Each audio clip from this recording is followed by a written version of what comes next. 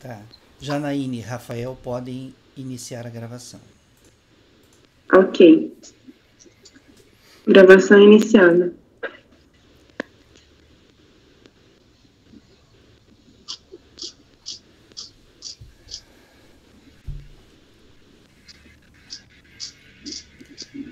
Bom dia a todos. Vamos dar início à sessão de julgamento do dia 9 de junho de 2021, do período da manhã, da segunda turma ordinária da quarta Câmara da segunda sessão do CARF. Nós estamos começando a sessão de julgamento com um pequeno atraso. 3 conselheiros tiveram problema de conexão, tiveram que reiniciar os computadores, inclusive. Então, nós tivemos um pequeno atraso. Nós agora vamos dar início. A sessão de julgamento do período da manhã inicia-se no item 146 da pauta. É importante destacar que na sessão de julgamento do período da manhã, do dia de hoje, não teremos nem sustentações orais e nem houve pedidos de acompanhamento de processo. Então, vamos iniciar então pelo item 146 da pauta, que é o primeiro item da pauta dessa manhã. O item 146 é do contribuinte Alex Moura Marques. Alex Moura Marques, de relatoria da conselheira Renata. Renata, então pode iniciar a leitura, se puder fazer um resumo, por favor, faça um resumo. Pode começar. Ok, eu vou direto para o voto, tá? Qualquer coisa a gente retorna para o relatório, se você acharem necessário. Então, conforme brevemente relatado, trata-se de auto de infração, visando a constituição de crédito tributário de imposto de renda e provém de qualquer natureza, relativo ao ano calendário de 2004 e exercício de 2005, em face da constatação de infração de omissão de rendimentos caracterizado por depósito bancário de origem não comprovada. Relata a autoridade fiscal que o contribuinte, agora recorrente, intimado e reintimado a apresentar extratos bancários de contas correntes, cadernetas de poupança, aplicações financeiras e de todas as contas mantidas por ele, seu cônjuge e dependentes no ano de 2004 no Brasil e no exterior, não atendeu a intimação, ensejando a expedição de requisição de informações sobre manifestações financeiras RMF, as instituições financeiras Banco do Brasil, S.A., Banco Safra, S.A. e Banco Bradesco, S.A.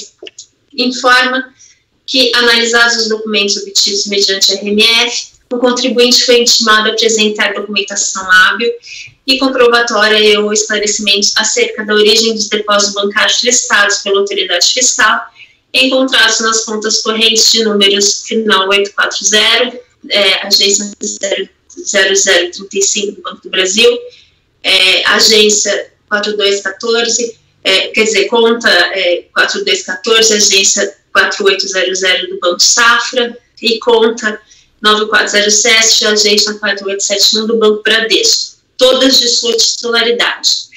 Em resposta, o contribuinte informou que os depósitos eram provenientes de destaques realizados na sua empresa, de que fazia parte e que, naquele momento, encontrava-se impossibilidade de atender a intimação, sem, entretanto, juntar qualquer documento de prova. O contribuinte solicitou e teve concedida a prorrogação do prazo para atendimento da intimação por mais de 20 dias. No entanto, não atendeu a intimação e, após nova intimação, novamente sem manifestação do contribuinte, foi lavrado o auto de infração por omissão de rendimentos, caracterizado por depósitos bancários com origem não comprovada. Notificado o lançamento, o contribuinte, então, apresentou impugnação, alegando em síntese que as contas bancárias em questão, embora em seu nome, serviam para a movimentação financeira de várias pessoas, amigas e familiares. Portanto, não era ele o destinatário final dos depósitos bancários. 2. Não tem como comprovar a movimentação financeira objeto do lançamento, pois necessitaria de recursos para se deslocar entre cidades e estados e pagar despesas bancárias para obter os dados exigidos pelo fisco. 3. O prazo concedido pelo fisco foi insuficiente para obter dados necessários e que comprometeu o livre exercício do contraditório da ampla defesa. 4.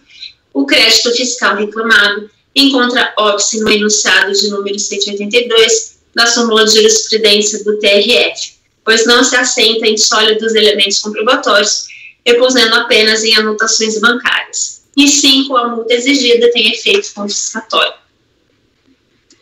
Em seu recurso voluntário, por seu turno, o recorrente alega, em síntese, nulidade do lançamento em face da inconstitucionalidade da quebra de sigilo bancário levada a efeito pela autoridade fiscal atuante.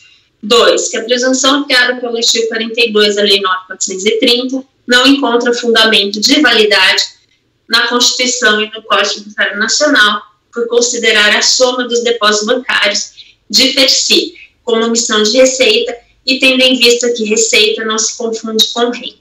E 3.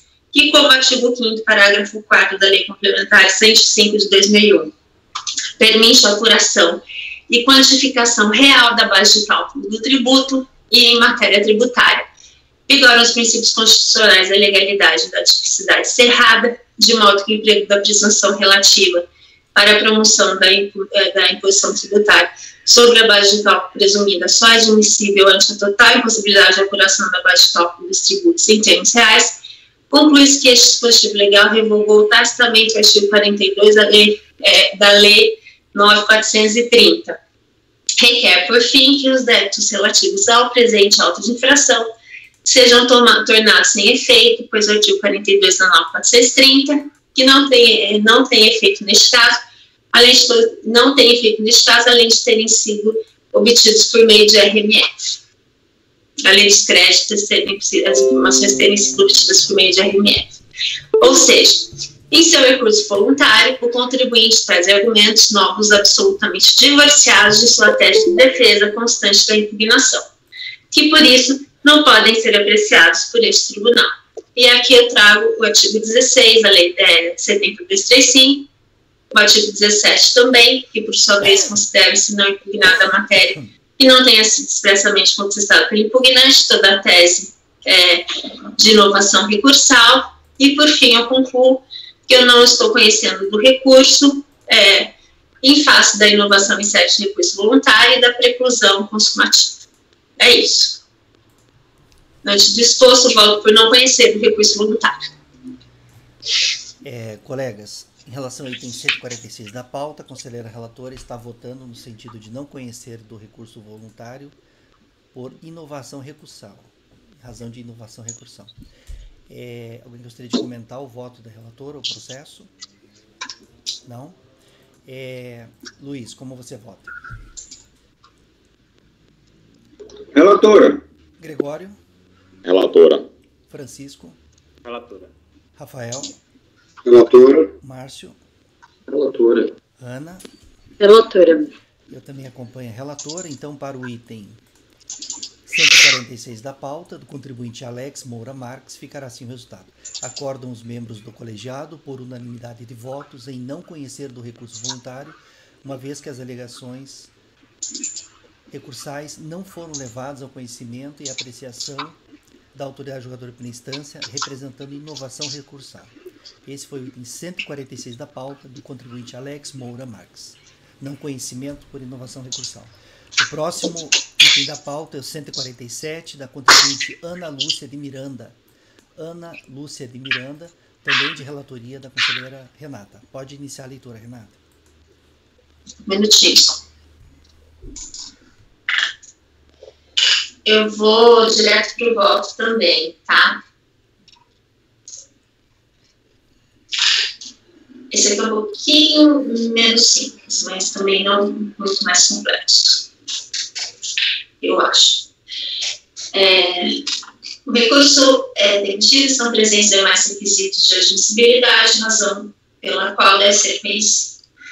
Dos depósitos bancários de origem não comprovada. Trata-se de auto de infração para lançamento de imposto de renda da pessoa física com base em depósitos bancários sem comprovação de origem. A recorrente, ao longo do procedimento fiscal, não comprovou a origem dos valores creditados em suas contas bancárias no período fiscalizado, o que caracteriza omissão de receita ou de rendimentos sujeitos ao lançamento de ofício, conforme prevê o artigo 849 do RIT 99, na redação que foi conferida a este dispositivo pelo artigo 42 da Lei 9.430 de 96. Segundo relata a autoridade fiscal, Para a comprovação da origem dos depósitos, é necessária a vinculação de cada depósito a uma operação realizada, já tributada, isenta ou não tributada, ou tributável, ou que será tributada após ser identificada por meio de documentos hábeis e idôneos. A comprovação de forma individualizada da origem dos recursos utilizados nas operações de crédito de valores sem conta de depósito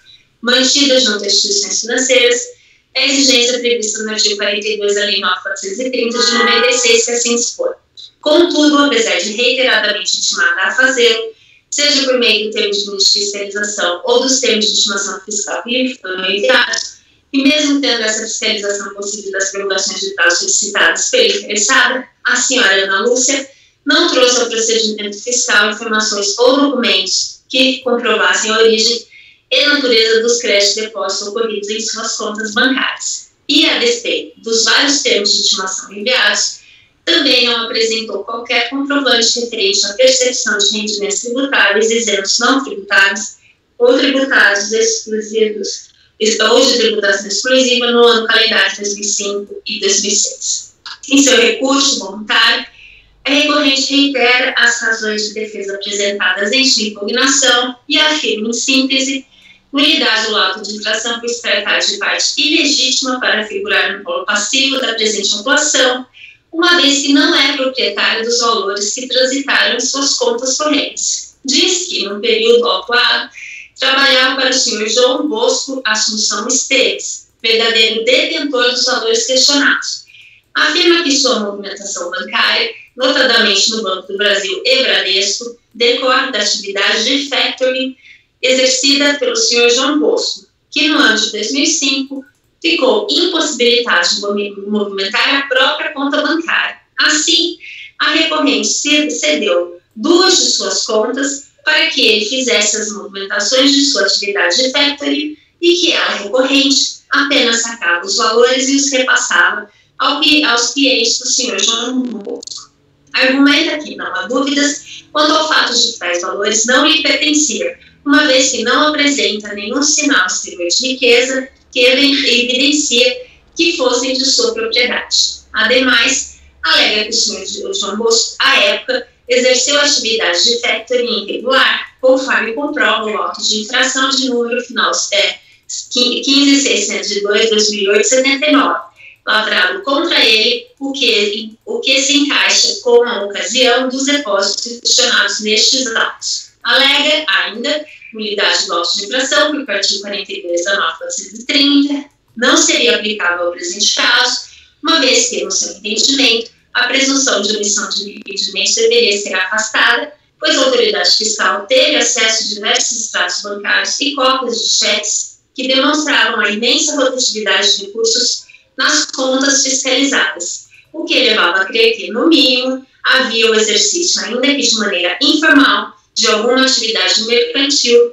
o envolvimento de terceiros. Desse modo, entende que todo o conjunto probatório levava o fiscal a concluir que os depósitos representavam atividade mercantil de factoring, embora informal, o que demandaria, no mínimo, uma apuração mais aprofundada dos fatos e das provas, a fim de se aferir a base de cálculo que melhor criasse a realidade.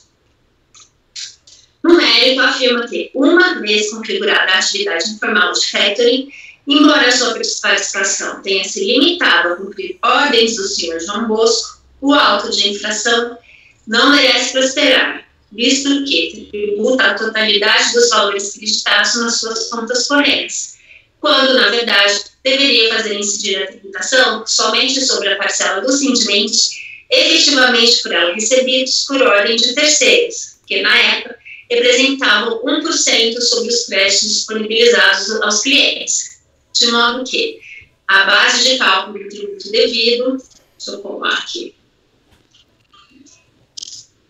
nos moldes do lançamento, mostra-se totalmente incompatível com a realidade dos fatos. Em petição protocolizada posteriormente à interposição do recurso voluntário, aos 27 de novembro de 2013, a recorrente anexou aos atos o livro caixa, que retratariam a atividade de factoring do Sr. João Bosco no período autuado. Pois é, entendo que não tem razão recorrente em seus argumentos.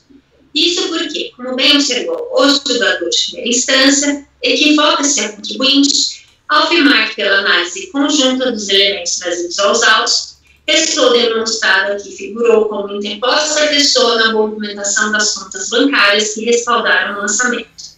Conforme relatado, instada reiteradas vezes a comprovar a origem dos valores depositados em suas contas bancárias, mediante documentação hábil e idônea, a recorrente se limitou a responder à autoridade fiscal que não possuía os respectivos comprovantes, cuja obtenção era muito difícil em razão do tempo transcorrido e do valor cobrado para tanto pelas instituições bancárias, e que, como se tratava de recursos de terceiros que simplesmente transitaram por suas contas, não tinha nenhum controle sobre eles.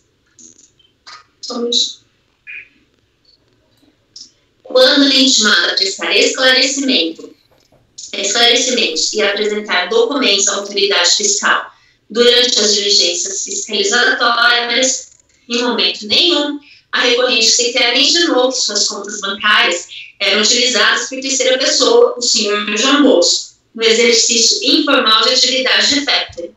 Essa informação foi deliberadamente omitida da autoridade fiscal e somente foi mencionada pela recorrente em sua impugnação, atitude de que, de fato, demonstra a intenção de dificultar o trabalho do fiscal. Ressalve-se que, posteriormente à interposição de um recurso voluntário, a recorrente anexou aos presentes autos a folhas 924 seguintes cópia de livros caixa de 2006 e 2007 do senhor João Bosco Assunção Esteves, que retratariam a atividade de factoring por ele desenvolvida, utilizando-se das contas bancárias da recorrente no Banco do Brasil e Bradesco, de que tratam os presentes autos. Anexou aos autos também decisão de primeira instância proferida nos autos do processo administrativo fiscal final 15.602/2008-79, que julgou procedente o auto de infração lavrado à época contra o senhor João Bosco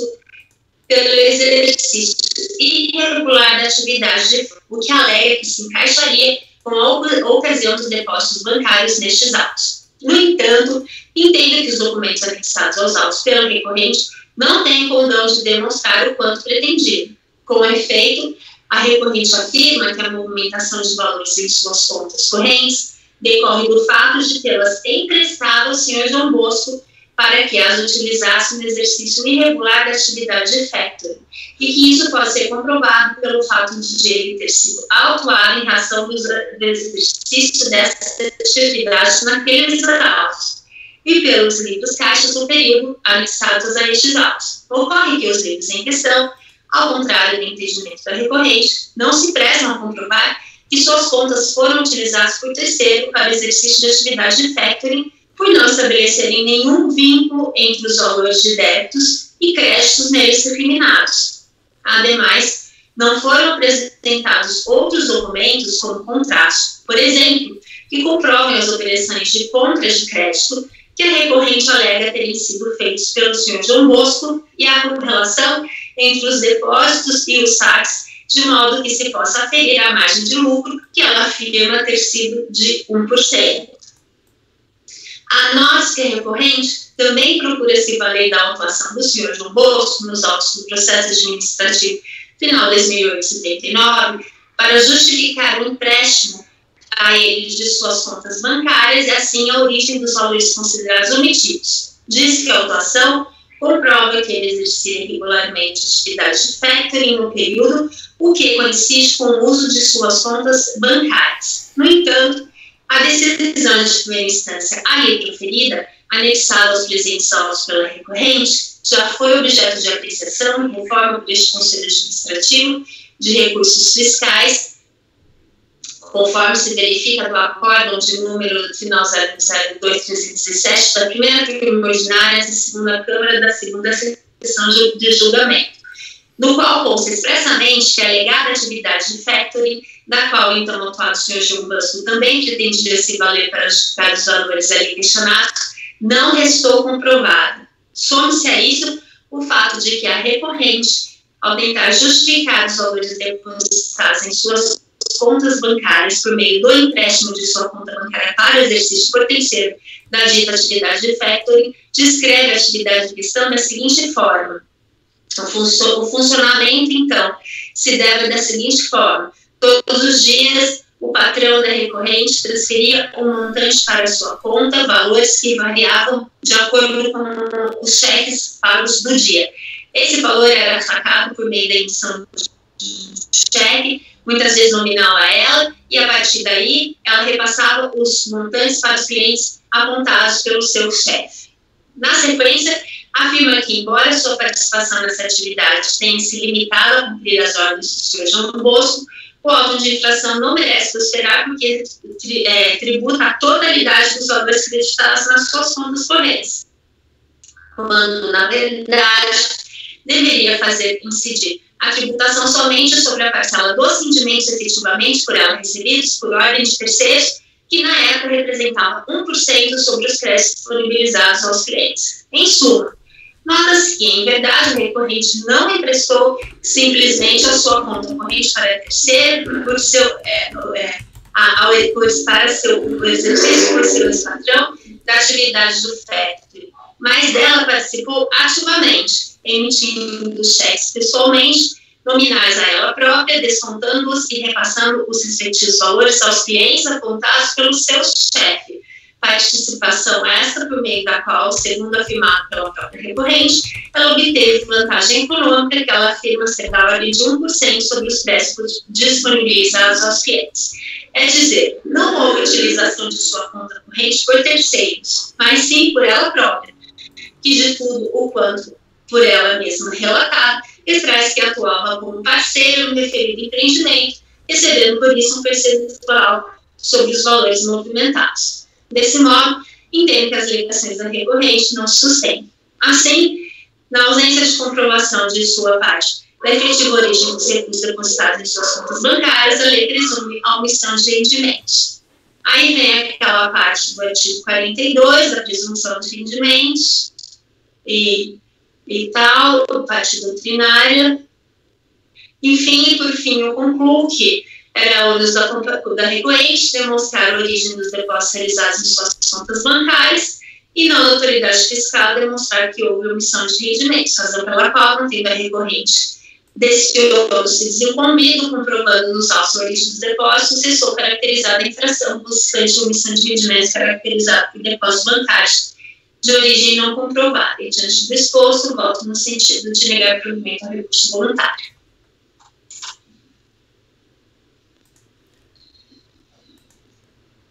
É isso. Ok, Renata. Preciso concluir como voto. Eu não concluí, mas eu acho que eu fiz um curso de expressão verbal uma época, um cara aí famosão, Reinaldo Polito, inclusive o Igor Hoffman foi meu colega, e ele falava que para acabar desse jeito era péssimo. Quando você acaba, assim, acabou. Tá certo. Colegas, em relação ao item 147 da pauta, a conselheira relatora está votando no sentido de negar o provimento ao recurso voluntário. Alguém gostaria de fazer algum comentário em relação ao voto da relatora ou o processo? Não? Luiz, como você vota? Relatora. Gregório? Relatora. Francisco? Também acompanha, relatora. Rafael? Relatora, presidente. Márcio? Ana? Relatora. Eu também acompanho a relatora.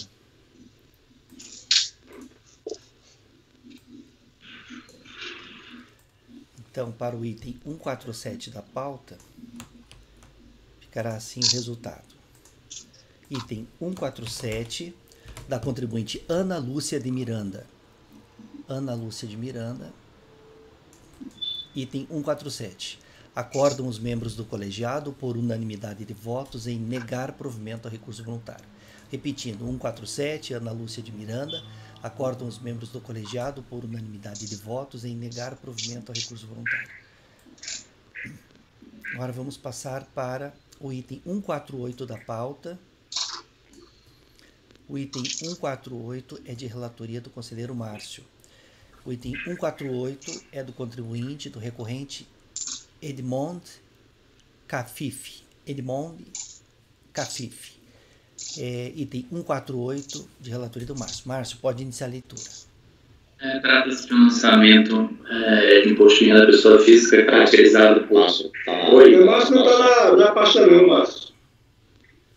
Não está, não? Não. Ai, gente, desculpa.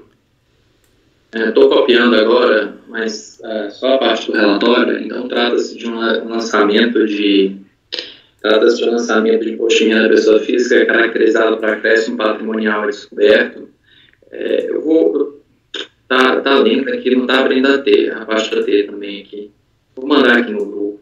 Só um minutinho.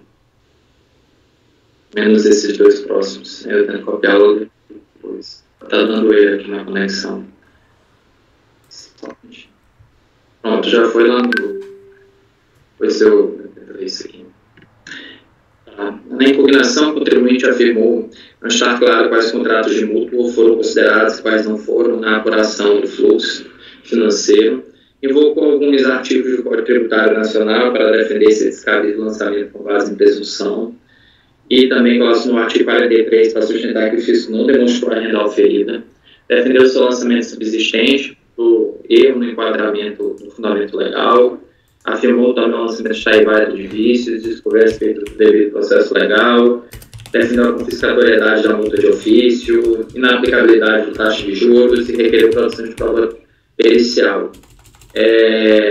O recurso voluntário tratou apenas de reiterar as mesmas razões. Então, no voto, já que no voto, o contribuinte conjectura acusações desacompanhadas de provas aptas a desconstituir a atuação fiscal. É aqui eu exemplifico. Por exemplo, ele vai trazer um parágrafo, um tópico chamado ilegalidade na apuração do suposto crédito decorrente de presunção. Ele fala, a autoridade fiscal em sua atuação administrativa sustenta sua tese argumentativa na suposta omissão de rendimentos atinente ao acréscimo patrimonial descoberto. Ocorre que o liame lógico e jurídico na tentativa de desconfigurar o suposto crédito não pode ser levado adiante, pois é fraco, ilógico, desarrazoado e desproporcional. Temos que o recorrente jamais procedeu a qualquer omissão de rendimentos atinente ao acréscimo patrimonial descoberto. Insta salientar que respondeu todas as intimações, disse esclarecermos que sempre pautou sua vida fiscal dentro dos parâmetros da lisura e boa-fé. Prova disso é que sempre efetuou todos os recolhimentos devidos e sempre atendeu a todas as solicitações. Assim, torna-se imperiosa a conclusão de que não há em momento alguma configuração de qualquer ato falho. Aí mais abaixo, na não comprovação da alegada omissão de rendimentos. Para a alegação formulada no parágrafo, como as demais anteriormente mencionadas, não merece acolhimento, pois está em completa desarmonia com as normas aplicáveis ao caso em tela. Diferentemente do que alega o posicionamento adotado no respeitável acordo, o recorrente questiona a atuação referente à alegada, mas não comprova a omissão de rendimento dos contratos de mútuo.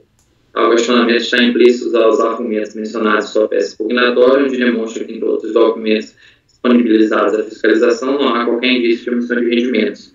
Aos nobres julgadores, cabe esclarecer que toda a renda oferida foi devidamente formada, logo suas obrigações fiscais estão devidamente cumpridas. Dessa forma, mais uma vez está comprovada a regularidade dos atos. Também a legalidade da atuação fiscal, com outro tópico. A atuação omite as normas específicas dadas como infringidas, além de não esclarecer adequadamente a sua natureza, apresentando artigos legais que posicionam o delito cometido, e não permitiu que fosse apresentada no local da defesa. A obrigatoriedade de fundamentação é prevista em lei, devendo a cobrança objeto da auto-infração discriminar com precisão de dispositivos legais supostamente violados, bem como fundamentar a suposta infração cometida, dando ao contribuinte pleno conhecimento do ilícito supostamente praticado. É imprescindível, portanto, que se faça correspondência entre o ato real e a norma tipo supostamente infringida, tipificando a conduta tida por ilegal para que o lançamento seja validamente realizado. A ausência de citação da disposição legal alegadamente infringida tem como resultado o cessamento do direito de defesa que decorre à nulidade. Vale ressaltar que no enquadramento apresenta-se como infração a presunção de omissão de rendimentos, porém tal presunção em momento algum passou de presunção, pois ilícito algum fora cometido pela recorrente. E assim, sem, na realidade, trazer algum apontamento de fato, mas apenas alegações, se consubstancia a defesa do contribuinte. O acréscimo patrimonial descoberto é fato gerador do imposto de renda, conforme o artigo 3º, parágrafo 1º da Lei 7.713. A eventual divergência demonstrada na evolução patrimonial apurada mês a mês é prova presumida da obtenção de recursos não declarados, que admite prova em sentido contrário, a fim de desconstituir o lançamento. Cabe apenas à autoridade fiscal demonstrar que existe descompasso no fluxo patrimonial, a fim de que se materialize a infração. É, portanto, uma forma indireta de apuração da opção de rendimentos, prova válida em observância dos artigos 148 do CETEM e 29 do PAF, cujo efeito prático é esta inversão de ônus da prova, cabendo ao contribuinte a prova de que o fato presumido não ocorreu. Acrescenta-se uma posição carregada em lógica, pois ninguém adquire bens ou aplica recursos se não houver aquisição de disponibilidade patrimonial, mediante recebimento, mediante rendimentos do trabalho, doações, empréstimos, etc.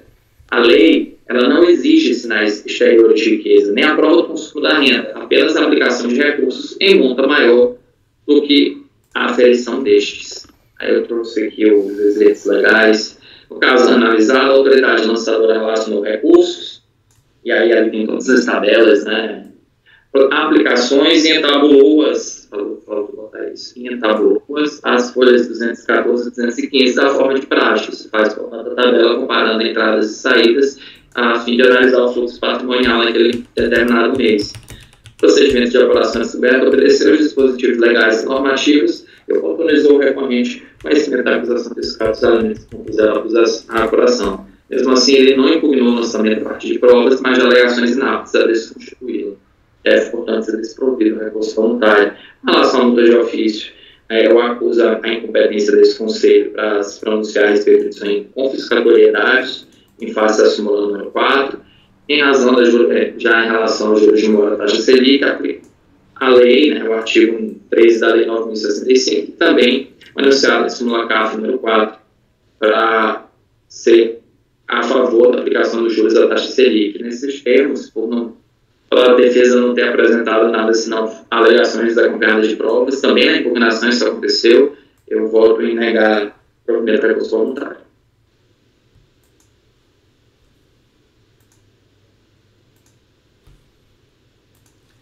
Ok, Márcio. Colegas, em relação ao item 148 da pauta, o conselheiro relator está votando no sentido de negar o provimento a recurso voluntário. Alguém gostaria de comentar o voto do relator ou processo? Não. Luiz, como você vota? Relator. Gregório? Relator. Francisco? Relator. Renata? Acompanho. Rafael? Relator. Ana? Relator. Eu também acompanho relator. Então, para o item 148 da pauta, 148 da pauta, do contribuinte Edmond Cafif, ficará assim o resultado. Item 148. Acordam os membros do colegiado por unanimidade de votos em negar provimento a recurso voluntário. Repetindo, 148, Edmond Cafif, acordam os membros do colegiado por unanimidade de votos em negar provimento a recurso voluntário. Vamos agora para o item 149, do contribuinte Flávio Barbosa Lima. Item 149, também de relatoria do conselheiro Márcio. Pode iniciar a leitura, Márcio. Isso aqui trata-se de outra presunção, mas agora caracterizada por rendimentos, depósitos bancários de origem não comprovada. O contribuinte ele afirma que esses depósitos eles são referentes ele tem 6 fundamentos, né? Lucros e dividendos da PDL, engenharia e consultoria, aluguéis, transferências entre contas de mesma titularidade, reembolso de despesas, empréstimos, créditos das empresas de atitude de devolução de valores. E apresenta documentação probatória. Na impugnação, a autoridade julgadora de primeira instância, ela reconheceu os lucros e dividendos da PDL, engenharia e consultoria, excluindo da base de cálculo, conheceu a comprovação de alguns aluguéis e também de transferências de contas da mesma titularidade. O recurso voluntário, o contribuinte apenas reiterou as razões em relação aos outros elementos. Vamos ao voto. O voto basicamente reitera as razões como já acabei de mencionar, razão porque me vale do parágrafo 3º do artigo 57, permissivo do ICAF, pois minhas conclusões estão em consonância com o entendimento do relator, do acordo recorrido.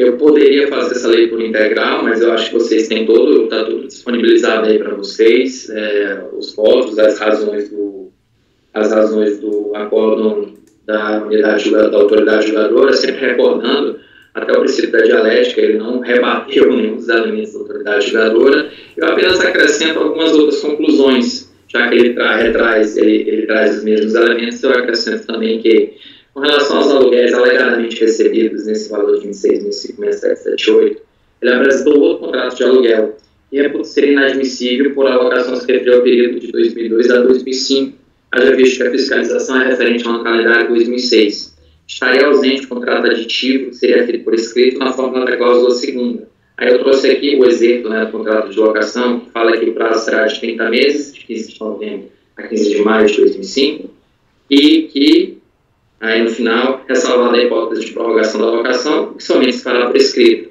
E também, na eventualidade de ter provado rendimentos de aluguéis, ele apenas caracterizaria que são rendimentos tributáveis. Ele não teria uma outra regra de tributação diversa do que essa. Com relação à alegada transferência entre contas da mesma titularidade, tem um outro valor que é de R$200 em 17 de maio, ele não guarda relação com o depósito de R$200 em 18 de maio, como demonstram as imagens a seguir. Eu trouxe duas imagens, né, que você vê que o identificador do documento, eles não são correspondentes, a data também não é correspondente, muito embora seja um depósito bloqueado de 2 dias úteis, mas eles não são correspondentes também. E em relação aos demais elementos de prova que ele trouxe, né, ele vai defender os registros contábeis como prova válida, mas os registros contábeis só faz prova dos fatos escriturados quando comprovados por documentos hábeis, na forma do artigo 9º, parágrafo 1º do Decreto-Lei 1598. Assim, quando o teu recorrente se desincumbindo nessa etapa recursal do ônus de rebater a decisão da autoridade julgadora e apresentar as provas com que pudesse dar sustento a seus argumentos, entendendo que não mereça reparos a decisão recorrida, voto, portanto, em negar provimento do recurso voluntário. Ok, Márcio. Colegas, em relação ao item 149 da pauta, o conselheiro relator está votando no sentido de negar o provimento ao recurso voluntário. Alguém gostaria de comentar o voto do relator, o processo? Não? Luiz, como você vota? Relator. Gregório? Relator. Francisco? Relator. Renata? Acompanhe. Rafael? Relator, presidente. Ana? Relator. Eu também acompanho. Então, para o item 149 da pauta, do contribuinte Flávio Barbosa Lima, ficará assim o resultado. Acordam os membros do colegiado por unanimidade de votos em negar o provimento ao recurso voluntário. Repetindo, item 149, Flávio Barbosa Lima, acordam os membros do colegiado por unanimidade de votos em negar provimento ao recurso voluntário. Vamos passar agora para o item 150. Dene, eu posso te pedir um favor? Tu pode me dar 5 minutos para iniciar a minha máquina, que eu não estou conseguindo acessar a página T. Mas veja só, a pasta T, a gente passa para você por os votos. Daqui a pouquinho a gente vai ter intervalo. Aí no intervalo você faz, pode ser? Tudo bem para você? Vamos que nessa reinicialização dê uma travada de vez, né? E daí a gente não consegue fazer a nossa sessão. No intervalo, daqui a pouquinho tem um intervalo, daí você já faz. Colega, o próximo item é o 150. Luiz, você pode compartilhar o teu voto com o Márcio? Já estou passando aqui para ele. Você passa lá? O 150... Eu vou compartilhar no grupo esses votos, porque não sou só eu que estou sem acesso, acho que 3 aqui estão sem acesso, eu, a Ana e o Rafael, né? O Rafael e a Renata. Você continua sem acesso, Ana, também? Então tá. Não sei se de manhã foi e depois... Não foi mais. Então tá. Então, só compartilhar, Luiz, com o pessoal aí, então. Colegas, o próximo item da pauta já compartilhou, né? Gregório, já compartilhou? Passando agora no grupo. Tá. Colegas, nós vamos fazer o julgamento agora do item 150 da pauta, da contribuinte Ana Cristina Barbosa Bechara, acho que é Bechara Mussi. Item 150, Ana Cristina Barbosa Bechara Mussi. Acho que é Bechara, não é Bechara. de relatoria do conselheiro Luiz. Luiz, pode iniciar a leitura, então, item 150.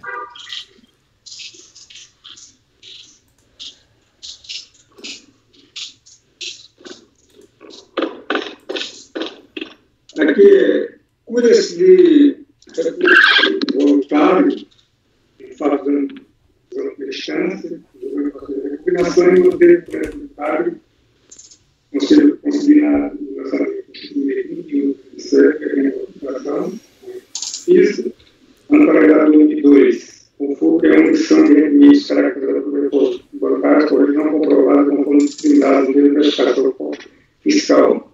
Certificado de utilização de distância, a impugnância agora recorrente, que depois que acusou voluntário de castigo, aduzindo para eliminamento, que é o registro fiscal e bancário, decadência do direito de posição de fato do crédito tributário avançado e no mérito que o simples depósito do crédito tributário não caracteriza a obtenção de rendimentos. E 2, irregularidade na apuração do suposto rendimento em si. Como já falei, o recurso voluntário é tempestivo, portanto, ele conhece, pois atende aos demais requisitos previstos no decreto federal. Passa a apreciação. Na sequência, como todos vocês estão vendo aí, eu resgato o essencial da elaboração utilizada por contextualizar e com precisão. É um relatório longo, vou declinar a leitura, se algum... Mas se fica registrado aqui no voto, se algum conselheiro quiser fazer alguma indagação, está aí a transcrição na íntegra do relatório da EDJ. Como já falei, o julgamento de distância deve decidir pela improcedência da impugnação, manter integralmente o crédito tributário. Pede a segunda distância, o recorrente, em linhas gerais, reitera os argumentos aduzidos na impugnação, a qual remete a leitura, destacando, todavia, os seguintes tópicos, que é o registro fiscal e bancário, a decadência do direito de condição de parte do crédito tributário avançado e, no mérito, que o simples depósito de crédito bancário não caracteriza a obtenção de rendimentos e irregularidade na apuração do rendimento obtido. Certo? Então vamos lá. Pois bem, eu vou aqui começar pela prejudicial de decadência,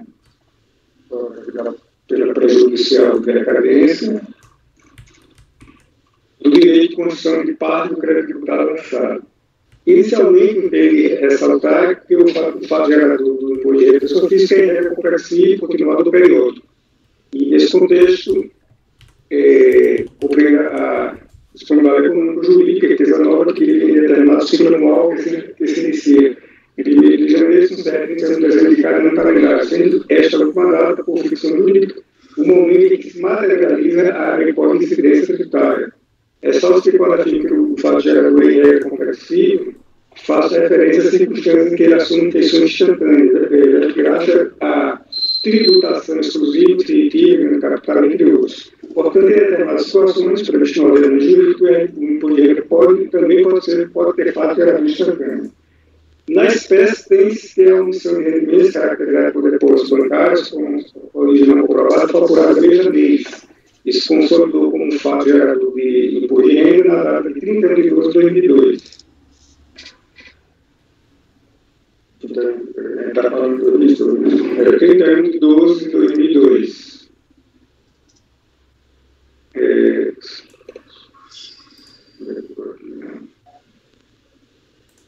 Então, de 12 de 2002, peguei de parcial.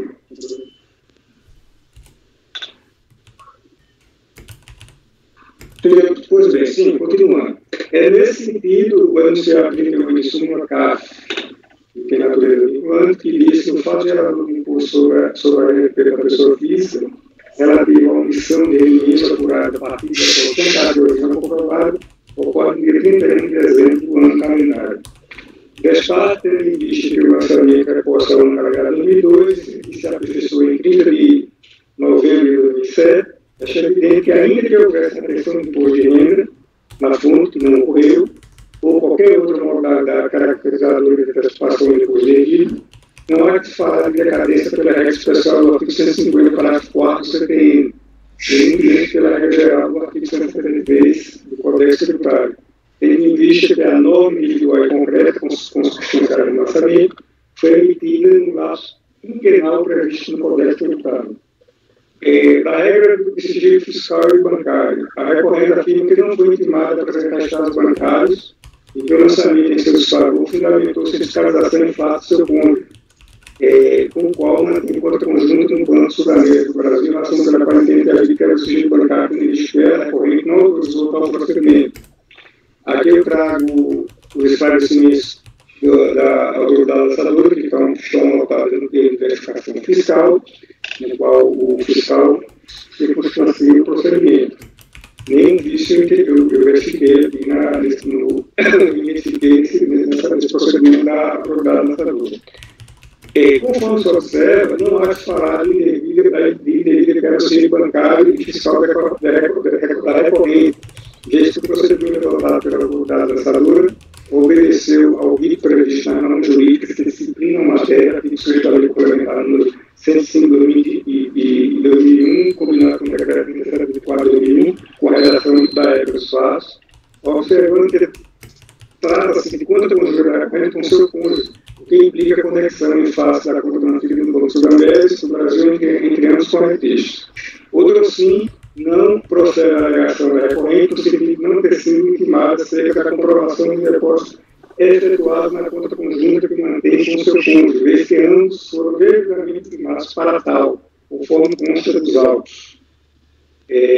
Ademais, não há que se falar de prova ilícita, por faltar autorização judicial para o acesso do fisco à movimentação financeira da recorrente. Com efeito, aí é que eu trago aqui eu resgato aqui as ADIs 2390, 2386, 2397, 2859, no qual o STF, por delegado do acesso à autoridade fiscal financeira dos contribuintes, vez que a legislação tributária não determina a quebra do sigilo, mas transferência de informações sigilosas em nome da administração pública, não havendo Estado para a direito fundamental. Aí aqui eu colaciono aqui as ADI, né, o julgamento aqui, a emenda das ADIs, foi julgada que tiveram como relator o ministro Dias Toffoli, que nos quatro ADIs, para julgamento conjunto, e foi julgado pelo Pleno do STF em 24 de fevereiro de 2016. No meio de apazão, entendimento pousado no RE 601-314, marcado a emenda abaixo. Eu trouxe na sequência do RE 601, que também deixa bem claro que o artigo 6 da Lei Complementar 105/2001 ofende direitos ao sigilo bancário porque realiza a igualdade em relação aos cidadãos, por meio do princípio da capacidade contributiva, bem como estabelece requisitos objetivos e o tratado do dever e sigilo da esfera bancária para fiscal. Isso aqui foi um julgamento do ministro Edson Fachin, também julgado no Pleno do STF em 24 de fevereiro de 2016.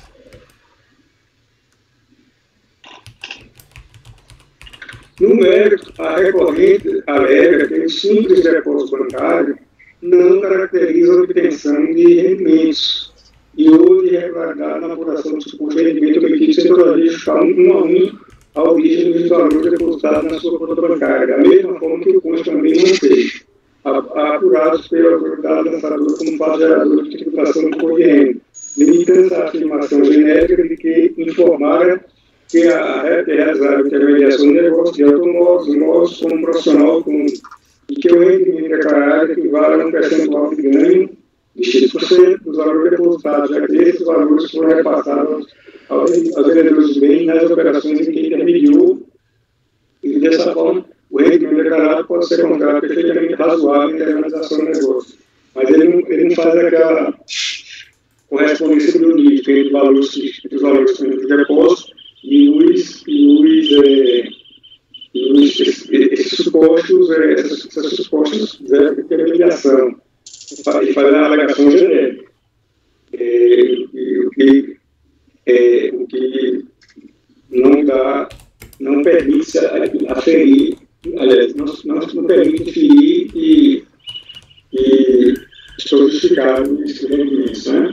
Outro sim é desferida de razoabilidade da alegação da recorrente, no sentido de que houve importante irregularidade cometida na apuração da omissão de documentos, desde que, ao seu entender, o recurso de um mês serviria para justificar os depósitos dos meses do mês seguinte. E assim sucessivamente. Essa matéria já é consolidada no CAF, no enunciado 30 de sua súmula, que já natureza vinculante, inclusive, e diz que na tributação da omissão de rendimentos, receita caracterizada por depósitos bancários, por origem não comprovada, o depósito de um mês não serve para comprovar o risco de depósitos havidos em meses subsequentes. E, para o final, tem que esclarecer que, no caso de depósitos bancários, a não comprovação dos respectivos valores, mediante a documentação rápida e idônea da origem dos recursos utilizados nas operações, caracteriza a omissão de receita ou de rendimento, passivo de tributação pelo IRPF. Tal presunção enquanto abrigo, o ordenamento jurídico, mais precisamente no artigo 42 da Lei 94/96, e, por ser relativa, transfere o ônus de prova recorrente que na espécie não se descobriu daquele ônus. Aqui, quando eu produzi esse voto, ainda não havia sido julgado o RE 55649, que diz exatamente o STF estabelece o artigo 42 da Lei 94/30, que é constitucional. Ou seja, essa presunção tem base constitucional. Eu vou apenas colacionar essa informação posteriormente para ilustrar, para deixar bem claro que essa minha afirmação é respaldada pelo Supremo Tribunal Federal. Aí, antes exposto, eu vou para o Conselho de Recursos Voluntários e negar o argumento.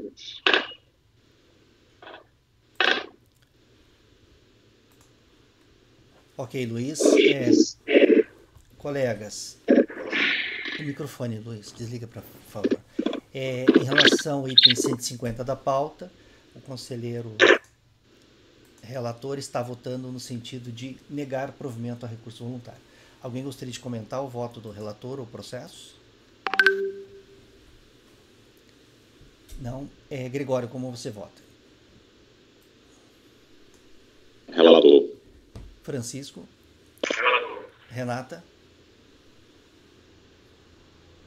Acompanho. Rafael?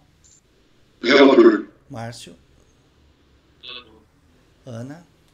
Relator. Eu também acompanho o relator. Então, para o item 150 da pauta, ficará assim o resultado. Item 150 da contribuinte Ana Cristina Barbosa Bechara ou Becara Mussi. Acordam os membros do colegiado por unanimidade de votos em negar provimento ao recurso voluntário. Item 150, Ana Cristina Barbosa Becara ou Bechara Mussi. Acordam os membros do colegiado por unanimidade de votos em negar provimento ao recurso voluntário. Vamos agora para o item 151 da pauta, também de relatoria do conselheiro Luiz. O item 151, é da contribuinte Karina Boquel Becker. Karina Boquel Becker, item 151 da pauta. Pode iniciar a leitura, Luiz.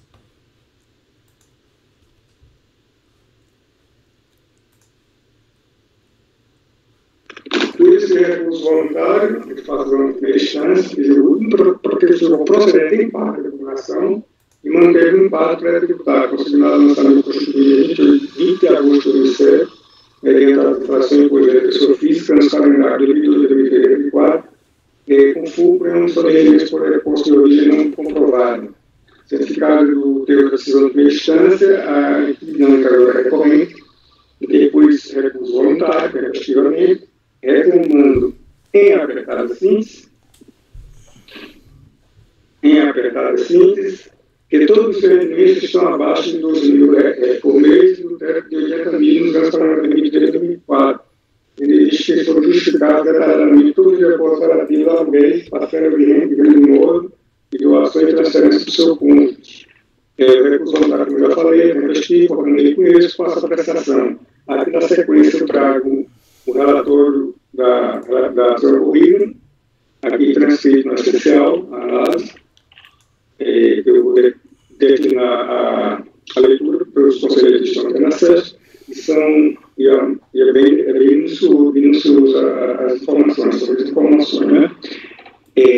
Inicialmente, eu tenho que destacar que a DRJ excluiu o lançamento o ano calendário 2002, eu aqui trago os argumentos, a DRJ se utilizou, por isso que o provimento foi parcial, né? Feito esse recorte, aí é que eu não vou discutir essa matéria por óbvio, essa matéria que já foi enfrentada pela DRJ, foi afastada.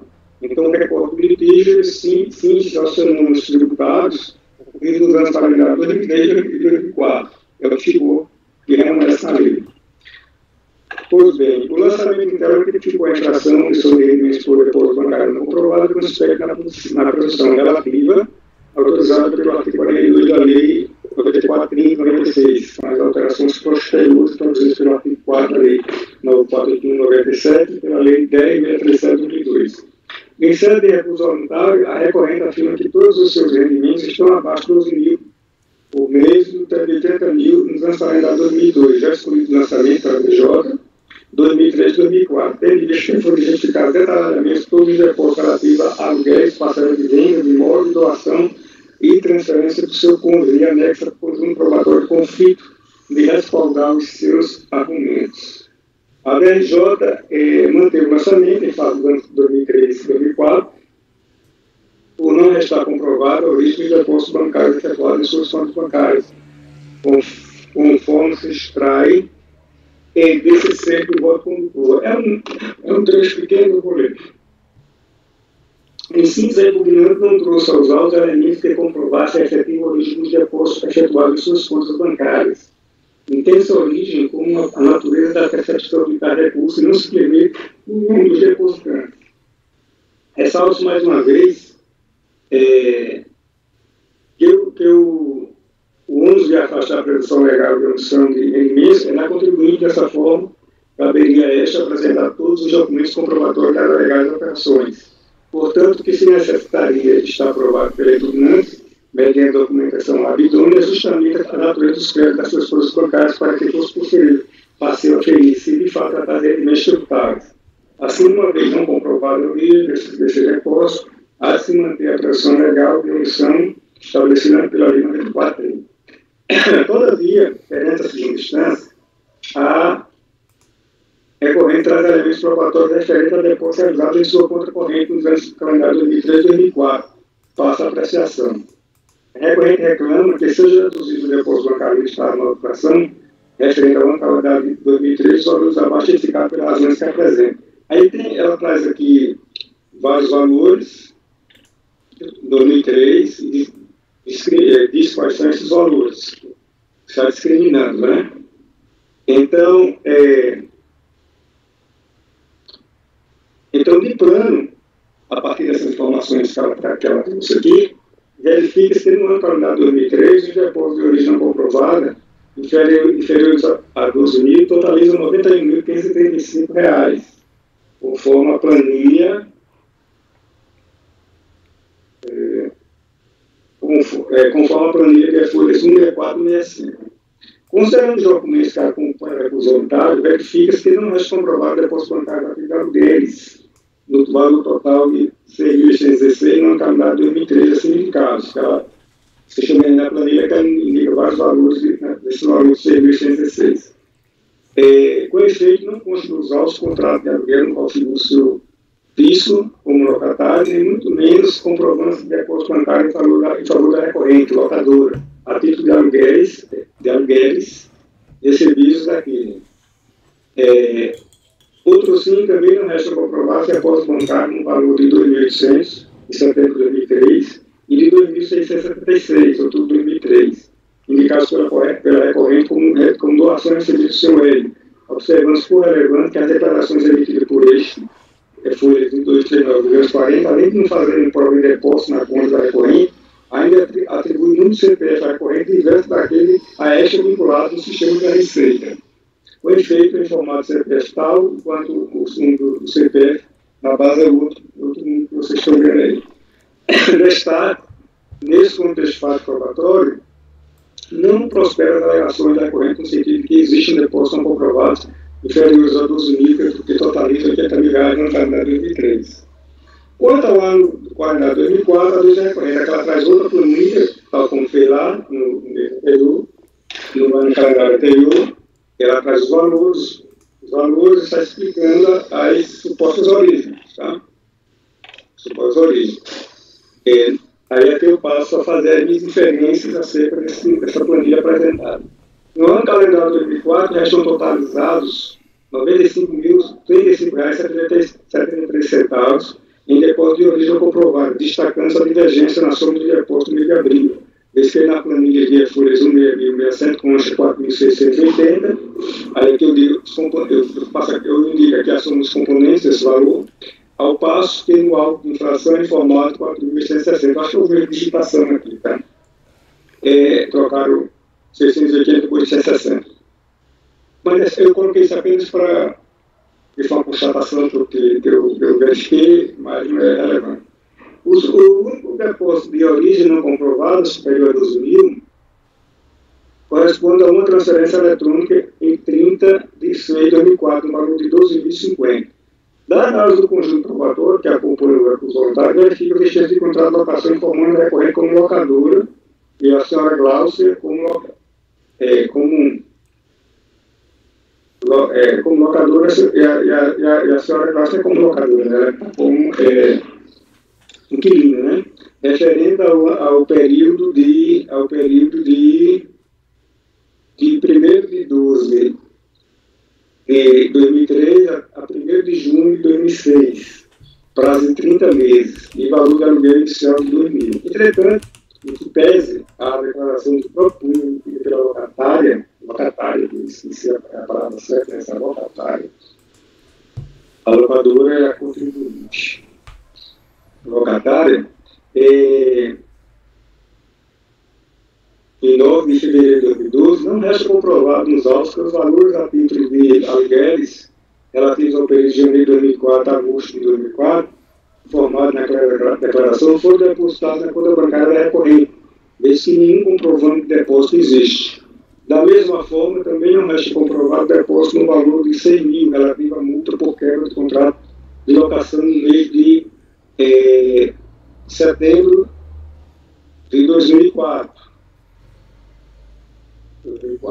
Dessa forma, independentemente da efetivação dos pagamentos aluguéis, que inclusive por previsão contratual deverão ser pagos sem qualquer tolerância no escritório da procuradora do locador ou local onde este indicar. Isso aqui eu estou copiando do próprio contrato de locação, tá? Sempre na capital do Rio de Janeiro, no dia do mês de competência. Entendo que os valores consignados pela recorrente, como resumo do depósito bancário levantados pela autoridade lançadora, no valor total de 15.514, bem assim do valor de 100 mil, relativo à multa por quebra de contrato de locação no mês de setembro de 2004, não podem ser considerados para fins de comprovação de origem. Com relação às transferências bancárias para a recorrente, em 30 de junho de 2004, no valor de R$ 2.050, e em 12 de julho de 2004, no valor de R$ 5.000, no valor de R$ 12.000, no valor de R$ 2.000, no valor de... E em 12 de julho de 2004, no valor de R$ 5.000, efetuadas por seu Hélio, restam comprovadas conforme documentos de acordo 242 e 243, devendo assim serem deduzidos do depósito bancário de origem não comprovado listados pela autoridade lançadora nos respectivos meses, junho e julho de 2004. Todavia, o depósito do valor de R$ 2.000, referente à doação do seu Hélio, no mês de setembro de 2004, não resta comprovado seu depósito na conta corrente da recorrente, destacando que a declaração apostada em folha 241, a lei de não fazer prova de depósito, da mesma forma como da outra vez, também atribui CPF diverso à recorrente. No que diz respeito ao valor de R$ 100.695, que a recorrente afirma tratar-se de recebimento de parcela relativa à alienação de imóvel de sua propriedade, supostamente depositada em sua conta corrente no mês de dezembro de 2004, tem de destacar que a despeito da escritura de promessa de compra e venda, de folha do versículo 9, não resta comprovar nos autos o efetivo depósito, mediante documento idôneo. Desta forma, não há como considerar a redução pretendida. Dessa forma, portanto, conclui-se, dessa forma, portanto, conclui-se que, ainda que se considere comprovada a origem do depósito do valor de 5 mil, realizado em 2 de junho de 2004, a soma dos valores inferiores a 12 mil relativos ao depósito de origem comprovada totalizariam R$ 90.035,73, superiores, portanto, ao teto de R$ 80.000, legalmente previstos, espancando assim a alegação da recorrente. Nessa perspectiva, eu voto por conhecer o recurso voluntário da acordo parcial para assumir a base de cálculo do orçamento no ano caminhado 2004, os valores de 12.050 no mês de junho e de 5.000 no mês de julho de 2004, desde que tem origem comprovada. É o voto, né? Desculpa aí, eu tenho que ter o voto todo, é porque é basicamente prova, né? Então, eu tenho que ler as provas, não tem como evitar a leitura integral do voto. Então, o voto é esse daí, presidente. Ok. Colegas, o conselheiro relator, em relação ao item 151 da pauta, está votando no sentido de dar provimento parcial ao recurso voluntário, excluindo da base de cálculo do lançamento os valores de R$ 12.050 e R$ 5.000 em relação ao ano calendário de 2004. Luiz, esses documentos que você falou que comprovam esses valores, que documento que são esses? Eu estou tentando abrir aqui. O que é isso? Do que é isso? Referente ao que esses valores?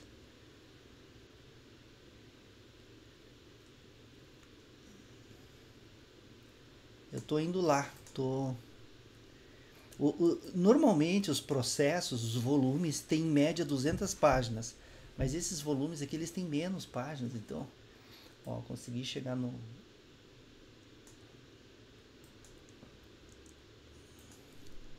Não, tá no último volume, imagina.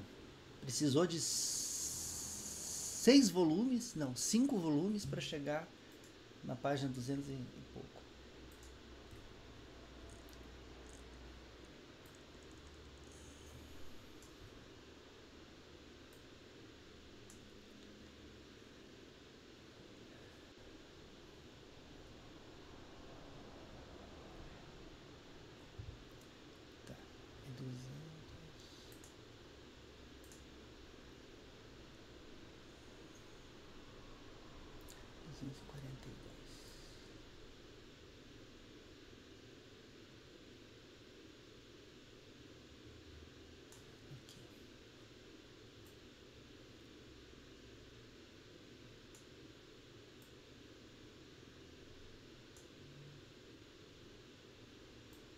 Ah, tá. Esse documento que você cita é comprovante de transferência bancária, né?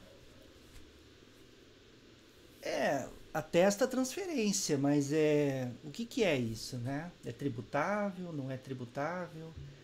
É remuneração? Bem, alguém gostaria de fazer algum comentário em relação ao voto, o processo do Luiz? Podemos votar.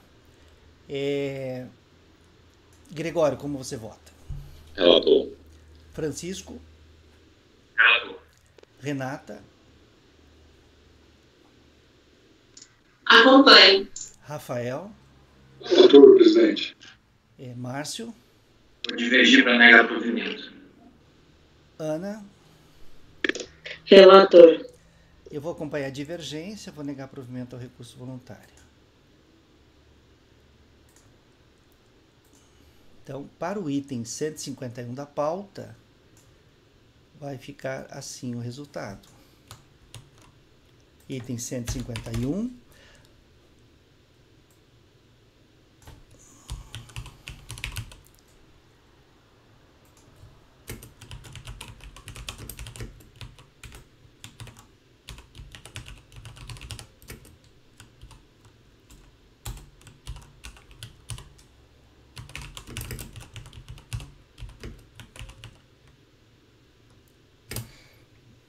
Só um instantinho.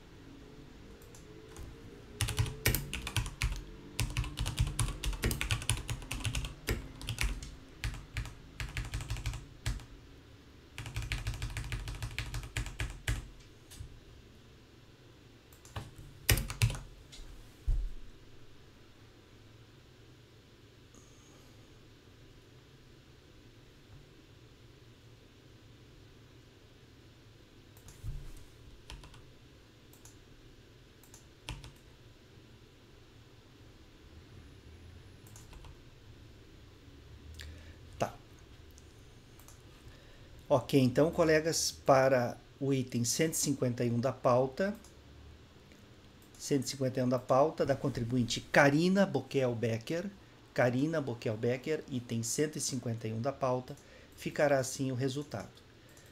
Acordam os membros do colegiado, por maioria de votos, em dar provimento parcial ao recurso voluntário para excluir da base de cálculo do lançamento, no ano calendário de 2004,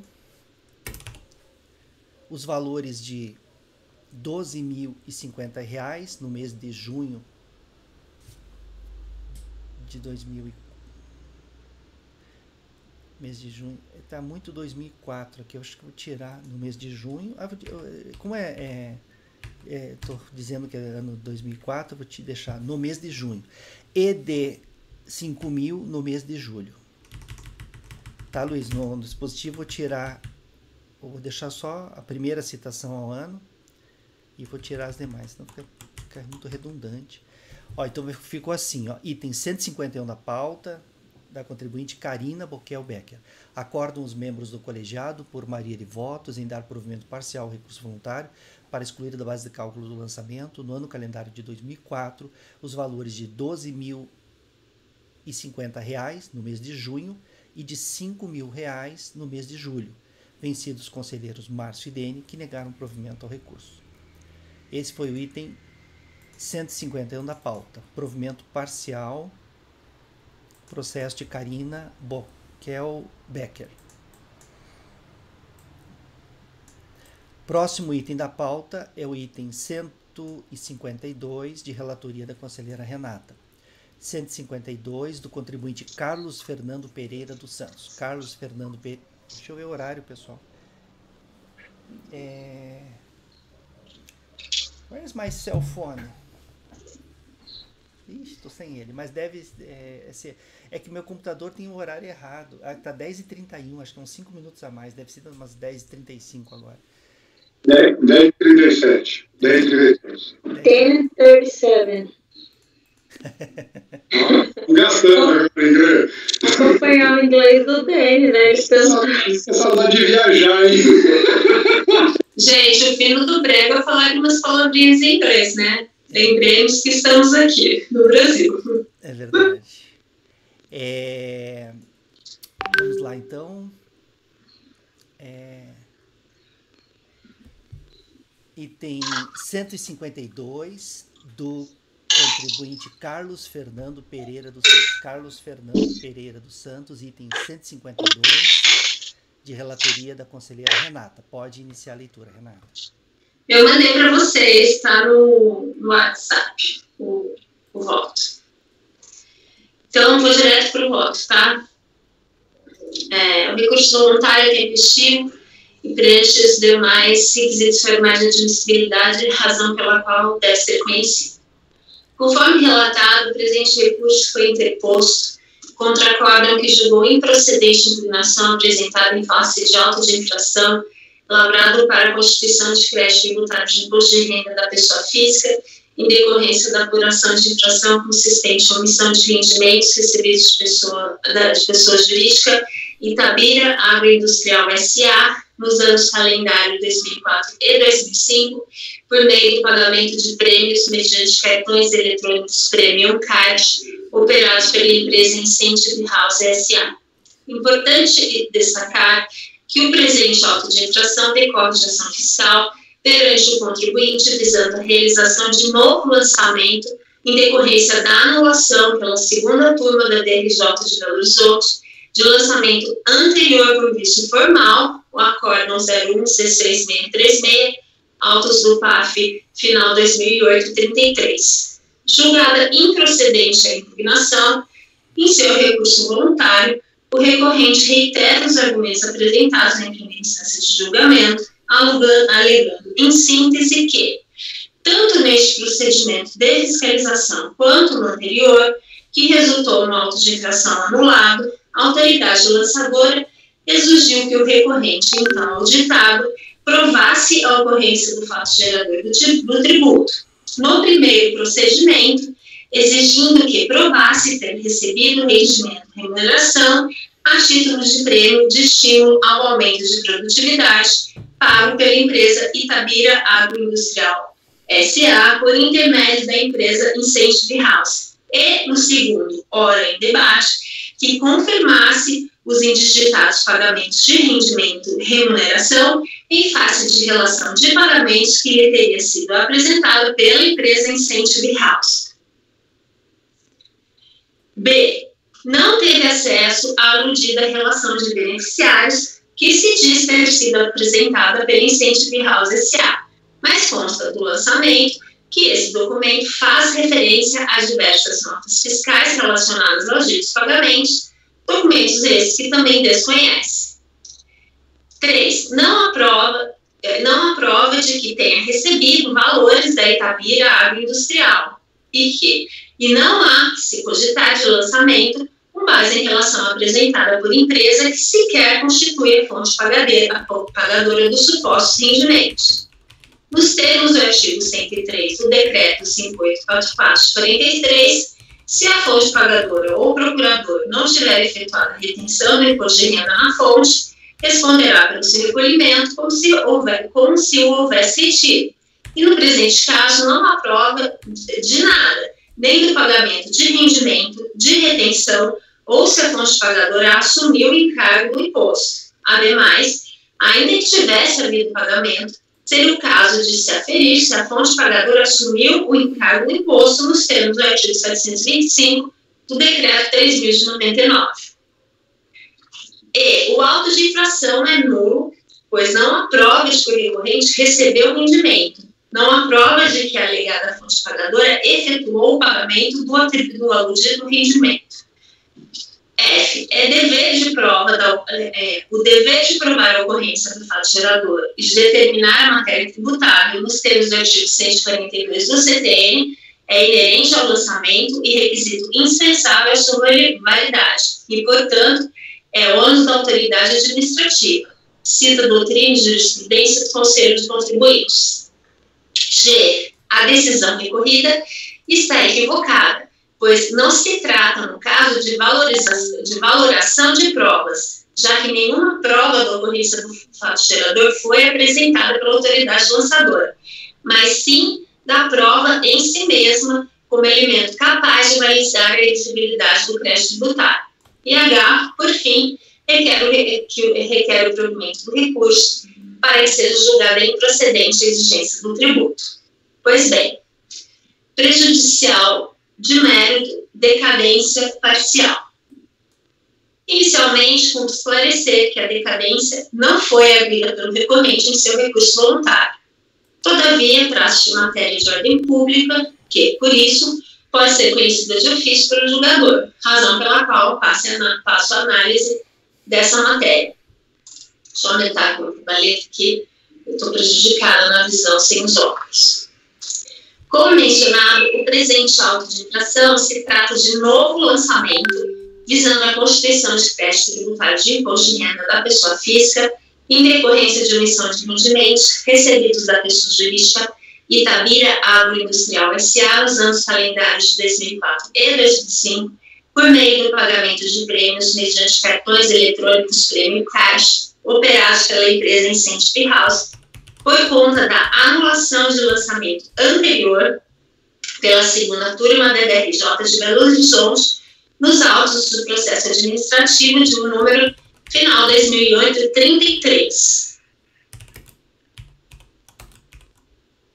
Segundo consta do relatório do acordo de número 0116636, proferido no julgamento que anulou o lançamento, ora substituído, versa o presente processo sobre auto de infração, ciência em 30 de nove de 2008, referente aos exercícios de 2005 e 2006, anos calendários de 2004 e 2005, de imposto de renda da pessoa física suplementar de R$ 50.486,72, já incluídos multa e juros de imóvel. Segundo a descrição dos fatos, os trabalhos relacionados com a fiscalização do contribuinte tiveram início em 25 de 7 de 2008, quando da ciência postal do termo de início de procedimento fiscal, mediante aviso de recebimento. Neste termo, foi solicitado ao interessado a apresentação, no prazo de 20 dias, para esclarecer por escrito a respeito dos valores que tenha recebido mensalmente da empresa Itabira Agroindustrial, referente ao pagamento de prêmios efetuados por meio de cartões eletrônicos denominados Premium Card. Vou parar aqui. O julgador, então, entendeu, acompanhado à unanimidade pelos demais integrantes do colegiado, que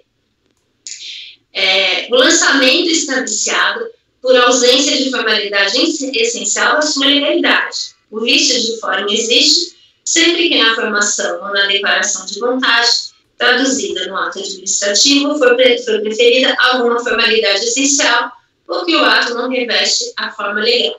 Para a finalidade do artigo 173, inciso 2 do CTN, essas formalidades necessitam ser essenciais à legalidade do ato, pois somente essas ensejam a revisão de ofício do lançamento e autoriza a realização de um novo lançamento, em consonância com o artigo 149, inciso 9, enfim, do CTN que estabelece, aqui ele coloca o dispositivo.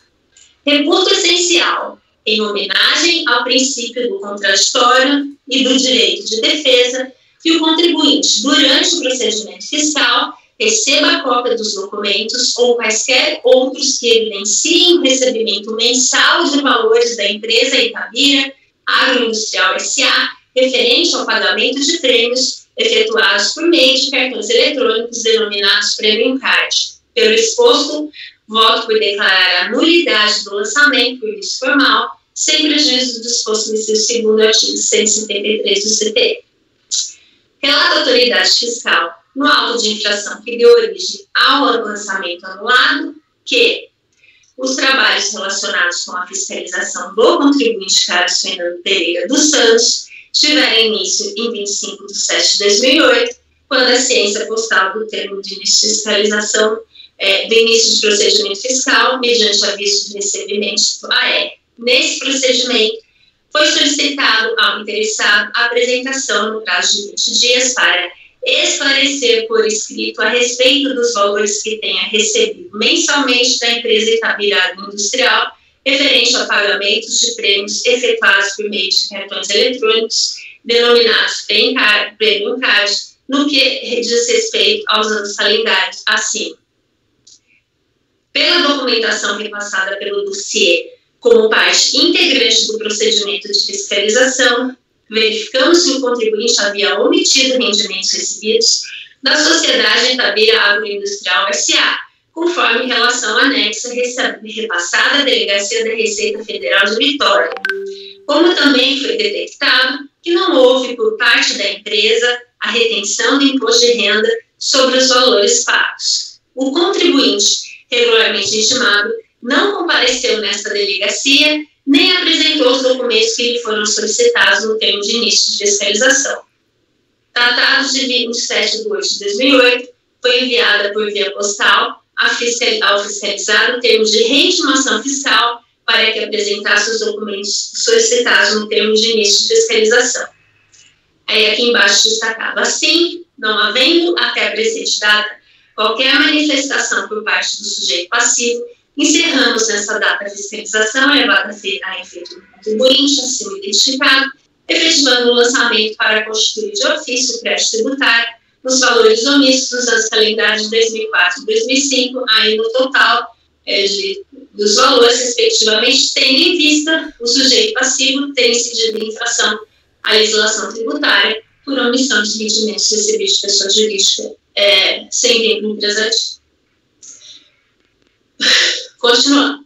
Conforme consta do próprio acórdão, que anulou o lançamento original, o que motivou essa anulação foi o fato do contribuinte, agora recorrente, não ter recebido durante o procedimento fiscal os documentos que evidenciaram o recebimento mensal dos valores da empresa Itabira Agroindustrial S.A., referência ao pagamento de prêmios efetuados por meio dos cartões eletrônicos Premium Card, tidos por omitidos, o que a autoridade julgadora, em suas próprias palavras, reputa essencial em homenagem ao princípio do contraditório e do direito de defesa. No entanto, entendeu o julgador de primeira instância que, por conta desse fato, o lançamento estaria viciado por vício formal, ou seja, por ausência de formalidade essencial à sua legalidade. Das informações prestadas pela autoridade fiscal no auto de infração, constata-se também que, além do recorrente não ter recebido os documentos que teriam evidenciado o recebimento dos valores tidos por omitidos, e assim, ensejada a lavratura do auto de infração, a autoridade lançadora, por meio do termo de início de procedimento fiscal, o intimou a apresentar elementos, esclarecendo por escrito sobre os valores que tivesse recebido mensalmente da empresa Itabira Agroindustrial S.A., referência a pagamentos de prêmios por meio de cartões eletrônicos denominados Premium Card nos anos calendário 2004 e 2005. Ou seja, a autoridade lançadora intimou o recorrente para apresentar a prova da ocorrência do fato gerador do tributo, objeto do lançamento, que nos termos do artigo 142 do CTN já deveria estar de posse da autoridade fiscal atuante, pois a ela compete fazer a prova da ocorrência do fato gerador do tributo lançado nos seguintes termos: compete privativamente à autoridade administrativa constituir o crédito tributário pelo lançamento, assim entendido o procedimento administrativo tendente a verificar a ocorrência do fato gerador da obrigação correspondente, determinar a matéria tributável, calcular o montante do tributo devido, identificar o sujeito passivo e, sendo o caso, propor a aplicação da penalidade cabível. Assim, diferentemente do que entendeu o julgador de segunda turma da DRJ de Belo Horizonte, o motivo que ensejou a anulação do lançamento original com todo respeito não se trata de vício de forma, mas sim de vício material, porque diz respeito a aspecto substancial ao conteúdo do ato administrativo do lançamento, uma vez relacionado à prova da ocorrência do fato gerador do tributo, além de afetar diretamente o exercício do direito de defesa do contribuinte, como assim reconheceu o próprio julgador, sendo este, inclusive, o fundamento para a anulação do lançamento originário. Nesse sentido, precedentes deste Tribunal Administrativo, inclusive da Câmara Superior de Recursos Fiscais, dentre os quais cito ilustrativamente. Esse aqui, que é da doutora Adriana Gomes Rego, não existe vício formal quando o erro identificado no lançamento diz respeito à prova da infração imputada ao sujeito passivo por parte da fiscalização. Esse aqui, eu vou ler só essa parte destacada em cinza, espécie de vício formal que normalmente não diz respeito aos elementos constitutivos da obrigação tributária, ou seja, ao fato gerador, à base de cálculo, ao sujeito passivo, etc. Se o problema que ensejou o cancelamento do lançamento está situado na própria essência da relação jurídica tributária, não na comprovação da ocorrência do fato gerador pela glosa de despesa ou no erro do dimensionamento da base de cálculo, não há como reconhecer a ocorrência de vício de natureza meramente formal. Aqui tem mais, que eu destaquei desse próprio teor do voto, aqui do que eu destaquei, mas eu não vou ler para vocês, está aqui, esse precedente foi inclusive citado pela doutora Adriana naquele voto cujo a emenda eu li assim. Desse modo, o lançamento original, de fato, estava comprometido, mas por vício material e não formal, como entendeu o julgador que procedeu à sua anulação, de modo que não se aplica ao caso o artigo 173, inciso 2º CTE. Assim, o prazo decadencial para a constituição do crédito tributário mediante a realização de novo lançamento é regido pelo artigo 150, parágrafo 4º, ou pelo artigo 173 do CTN, a depender das circunstâncias do caso concreto. No presente caso, constam das declarações de ajuste anual do recorrente dos exercícios 2005 e 2006, anexadas aos autos do PAF de número final 2033, que estão as folhas 58, 62, 65 e 69, respectivamente, valores de imposto de renda retidos na fonte, nos importes aqui tais de 16.127,54 e 15.906,95, respectivamente.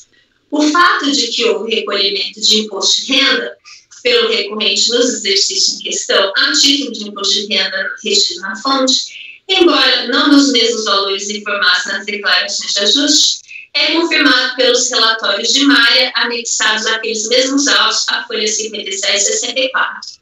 Portanto, aplica-se na contagem do prazo decadencial o artigo 150, parágrafo 4º CTE, de modo que o fisco tem um prazo de 5 anos a contar da data do fato gerador para constituir o crédito tributário pelo lançamento. Considerando que os fatos geradores estão compreendidos entre as datas de 30 de 9 de 2004 e 31 de 2 de 2004 e 31 de 1 de 2005 e 31 de 10 de 2005, os fatos geradores das obrigações tributárias para os anos calendários de 2004 e 2005 ocorreram aos 31 de 2 de 2004 e 31 de 2 de 2005, respectivamente, fato gerador complexivo, tendo em vista que o recorrente foi notificado do novo lançamento aos 3 de 2 de 2004, conforme o AR de folhas 36 destes autos, consumou-se a decadência em relação aos fatos geradores ocorridos no ano calendário de 2004, que deve ser reconhecido. Posso prosseguir? Então, do mérito propriamente dito. Em seu recurso voluntário, o recorrente alega, em síntese, que tanto no novo lançamento, que ora se discute, tal qual no primitivo, não houve prova da ocorrência do fato que se tem como relevante para a tributação, ou mais precisamente para a incidência da norma de tributação, uma vez que a autoridade fiscal exigiu que ele, recorrente, provasse a ocorrência do fato gerador, desta vez confirmando os pagamentos dos rendimentos tidos por omitidos à vista de relação apresentada pela empresa Incentive House. Afirma que não teve acesso a essa relação e que consta do lançamento que, aludido do documento, faz referência a notas fiscais relacionadas a tais pagamentos, as quais igualmente desconhece.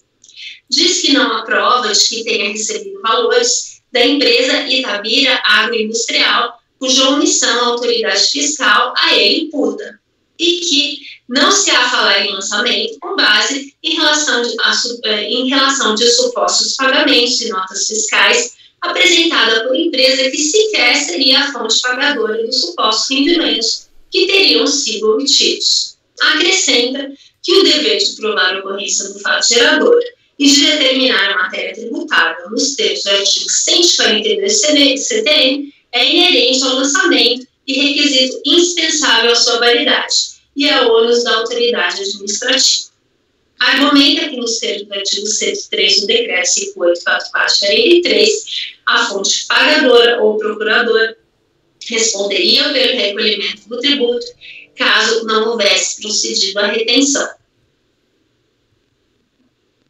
Pois bem, conforme consta do relatório do auto de infração, a folha 34, esclarece a autoridade fiscal que o sujeito passivo foi cientificado através do termo de início de procedimento fiscal, datado de 22 de 10 de 2010, e recebido em 30 de 10 de 2010, enviado por via postal AR anexo, intimando-o para que, no prazo de 5 dias, a contar da data da ciência do referido termo, a apresentar, esclarecer, no que diz respeito aos valores recebidos mensalmente da empresa Itabira Agroindustrial, conforme abaixo relacionados, encaminhando também cópia da relação dos beneficiários dos prêmios efetuados por meio de cartões eletrônicos denominados Premium Card, nos anos citados acima, a qual foi enviada pela empresa Incentive House S.A.,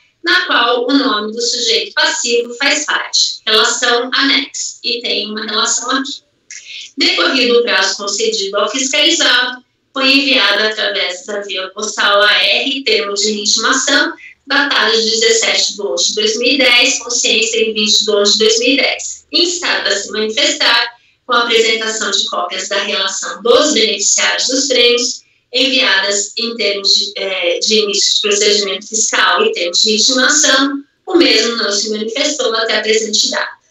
Relata a autoridade fiscal que o contribuinte não declarou esses valores em suas declarações de ajuste dos anos calendário autuados e, conforme verifica nos sistemas internos da RFB, não houve declaração de imposto de renda retido na fonte por parte da empresa Itabira Agroindustrial S.A. em favor do contribuinte, ensejando assim a omissão de rendimentos recebidos de pessoa jurídica objeto do presente lançamento. O lançamento objeto deste processo administrativo, tal como o primitivo, está amparado em relação de beneficiários de prêmios pagos por meio de cartões eletrônicos denominados Premium Card, operados pela empresa Incentive House no período atual, fornecido por essa empresa. Os documentos que suportam a autuação dizem respeito exclusivamente à mencionada relação de beneficiários fornecida à autoridade fiscal atuante pela empresa em questão, da qual constaria o recorrente como beneficiário, nessa parte reproduzida no relatório do auto de infração e em documento também fornecido pela LUD da empresa, que se trataria de cópia autenticada do cartão de prestação, do contrato de prestação de serviços de administração do sistema FlexCard, firmado em 14 de abril de 98, com a sociedade Itabira Agroindustrial S.A., inscrita no CNPJ número tal, que na realidade resume-se a uma única folha de papel que mais se assemelha a uma folha de rosto de um contrato, sem data e sem as cláusulas contratuais, que está a folhas 14 dos atos. Em suma, o fundamento da autuação é a constatação da infração de omissão de rendimentos recebidos mensalmente pelo recorrente da empresa Itabira Agroindustrial por meio de cartões denominados Premium Card, operados pela empresa Incentive House nos anos calendários 2004 e 2005, com fundamento em relação de beneficiários fornecida à autoridade fiscal por essa empresa, da qual consta o seu nome como beneficiário, demonstrativo dos valores totais sacados pelos beneficiários, folhas 16, e de um documento que a autoridade qualificou como contrato, mas que, como dito, resume-se a uma única folha que até poderia ser uma folha de rosto de um eventual contrato, da qual constam a rubrica supostamente do interlocutor da empresa Itabira Agroindustrial S.A., a indicação de uma taxa de 8% e nada mais. No entanto, não há data de celebração, não há cláusulas contratuais, não se sabe a que se refere ao aludido da taxa. Em suma, não se tem conhecimento do teor do aludido contrato. Ou seja, o lançamento está fundado exclusivamente em informações e impacto dos documentos, se é que assim podem ser qualificados, recebidos de terceiro, que, de fato, não são hábeis a comprovar que houve, efetivamente, pagamento do que quer que seja o recorrente, e, desse modo, a ocorrência do fato gerador. Com efeito, a empresa Incentive House não se trata da fonte pagadora dos supostos rendimentos omitidos, do que não discorda nem a autoridade lançadora, na medida em que, conforme acima relatado, o fundamento da autuação é a omissão de rendimentos mensais recebidos da empresa Itabira Agroindustrial S.A., por meio de cartões eletrônicos, Premium Card, operados pela empresa Incentive House no período atual. A autoridade lançadora, de sua parte, sequer cuidou de diligenciar junto à empresa Itabira Agroindustrial S.A., que seria a efetiva fonte pagadora dos rendimentos tidos prometidos, para comprovar se tais valores foram efetivamente pagos ao recorrente e o porquê. É assim, obter a necessária comprovação da ocorrência do fato gerador do tributo lançado. Ao invés disso, pretendeu que o contribuinte recorrente o fizesse. Que o contribuinte recorrente fizesse por ela essa prova, apresentando, esclarecendo no que diz respeito aos valores recebidos mensalmente da empresa Itabira Agroindustrial S.A., conforme abaixo relacionados. Ressalta-se que uma relação de supostos pagamentos como essa não tem nenhuma força probante, dado que, como dito, a autoridade lançadora não cuidou de comprovar junto à empresa Itabira Agroindustrial S.A. que os teria ordenado, que tais pagamentos foram efetivamente realizados. O mesmo se diga do aludido contrato, que, como eu dito, trata-se de uma simples folha de papel sem data, sem cláusulas, ou seja, não se conhece o seu conteúdo, os seus termos, a sua vigência. Nos termos do artigo 142 do CTN, compete privativamente à autoridade administrativa constituir um crédito tributário pelo lançamento, assim entendido o procedimento administrativo tendente a verificar a ocorrência do fato do gerador da obrigação correspondente e determinar a matéria tributária e etc. É dizer, o lançamento que obrigatoriamente deveria decorrer de toda uma série de procedimentos administrativos legalmente previstos, tendentes a, dentre outras coisas, verificar a ocorrência do fato gerador da obrigação tributária, enquanto-se embasada apenas em relatório fornecido pela empresa Incentive House, cujos dados sequer foram conferidos pela fiscalização, em um contrato sem data, sem cláusulas, cujo teor se desconhece, e sequer se sabe se a época da ocorrência dos supostos fatos geradores do tributo lançado ainda estava em vigor. Em outros termos, a fiscalização, tanto aqui quanto no lançamento original, não se desenvolveu do ônus de provar a ocorrência do fato gerador da obrigação tributária. E, diferentemente do que argumenta o julgador de primeira instância, não se trata aqui de valoração de provas de que se julgava possuidora a autoridade lançadora, pois os documentos que embasaram o lançamento, já mencionados neste voto, e como já demonstrado, não são hábeis a provar o efetivo pagamento do recorrente por parte da empresa Itabira Agroindustrial S.A. dos rendimentos mensais supostamente omitidos no período atuado, de modo a autorizar o lançamento do tributo ora postulado. Ante exposto, voto no sentido de dar provimento ao recurso voluntário. Ok, Renata. Colegas, em relação ao item 152 da pauta, a conselheira relatora está votando no sentido de dar provimento ao recurso voluntário.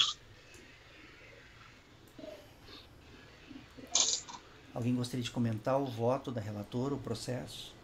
Eu gostaria só de perceber o seguinte, que a lei de defesa da recorrente, ela tem todo dizendo que não se provou que ela recebeu aqueles valores, aquelas notas fiscais.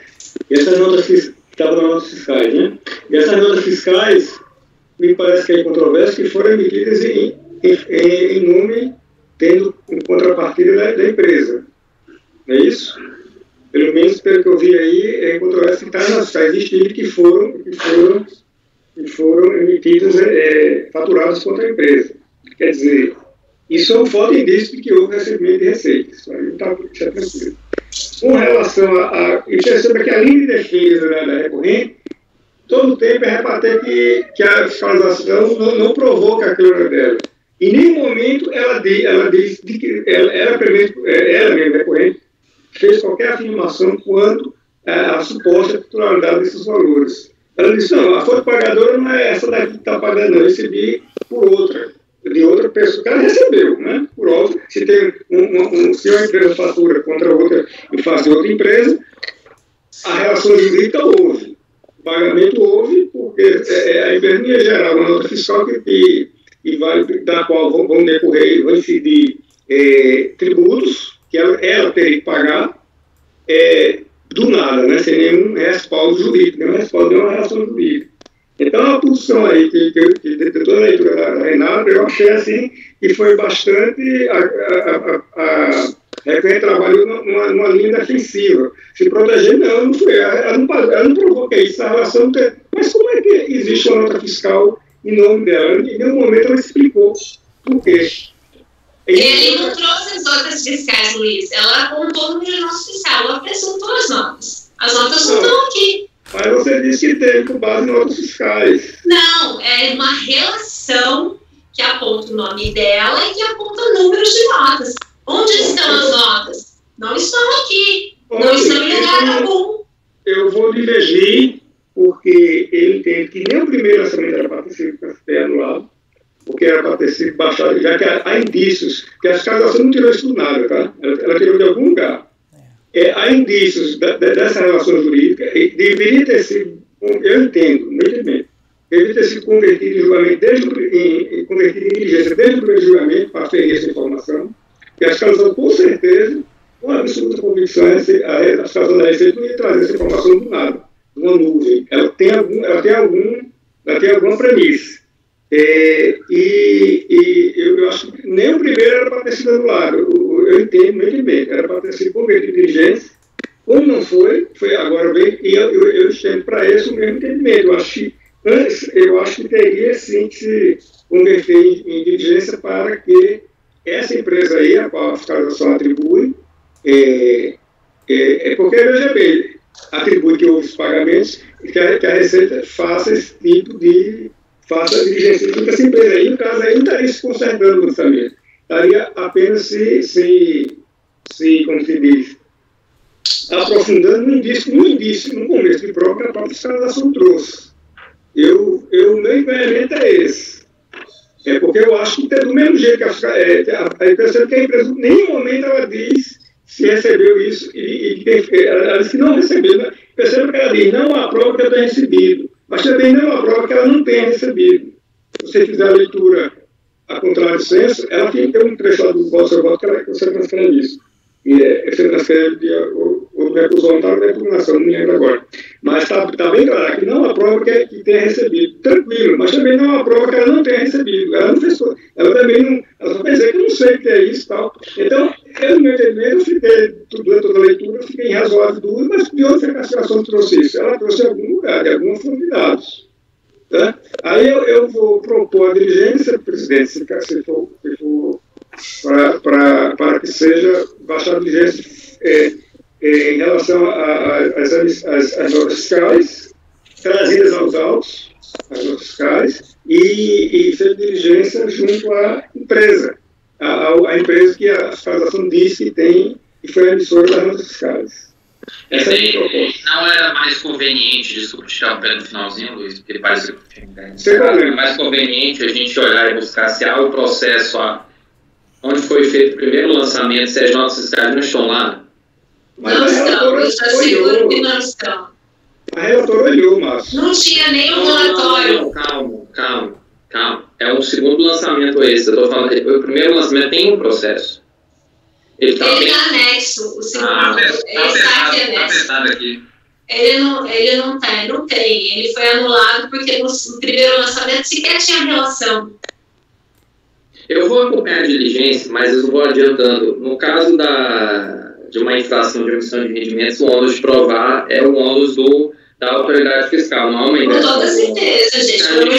Prova negativa, prova que ele não recebeu, prova negativa é prova simbólica, pelo amor de Deus. Mas não é assim tão... A gente não baixa a diligência para suprimir o ônus da prova do contribuinte, a gente está... Com toda certeza. Ai, gente, não, tudo bem. Mas eu acho que a gente está fazendo uma coisa que, em tese, a gente não costuma fazer, que é converter. E não pode fazer. Você baixar a diligência para consertar uma fiscalização. Não pode. A gente não está consertando. É lógico que está. Lógico que não, porque a gente tem um começo de prova e a gente está se aprofundando no começo de prova. A gente já fez isso em favor do contribuinte. E já fez isso em favor do contribuinte, vírgula, em favor do procedimento fiscal, da verdade que deve desfavor de ninguém. Eu entendo que há um razoável começo de prova. Essas informações que a Federação trouxe, ela trouxe de algum lugar. Pois é, mas ela tinha um tempo para isso. De onde elas vieram. Eu fiquei curioso em saber. Pois é, só que ela tinha um tempo, e o direito não paga os que dormem. Ela tinha um tempo para fazer, e tudo isso aconteceu assim, desse jeito. O processo está em curso, está em litígio. Não, o tempo do lançamento já passou. O processo é em curso. Mas o tempo de lançar não está mais. Perfeito. Colegas, o conselheiro Luiz, que é o primeiro a votar, está propondo a conversão de julgamento em diligência. Vamos votar a diligência, e daí, se for superada a diligência, a gente segue adiante, senão já fica na diligência. Gregório, como você vota na diligência? Nesse caso, eu entendo que não acompanhe a diligência. Não acompanha a diligência. Francisco. Eu estava lendo ali o processo ainda, mas eu acompanho a diligência. Eu acho que fortalece mais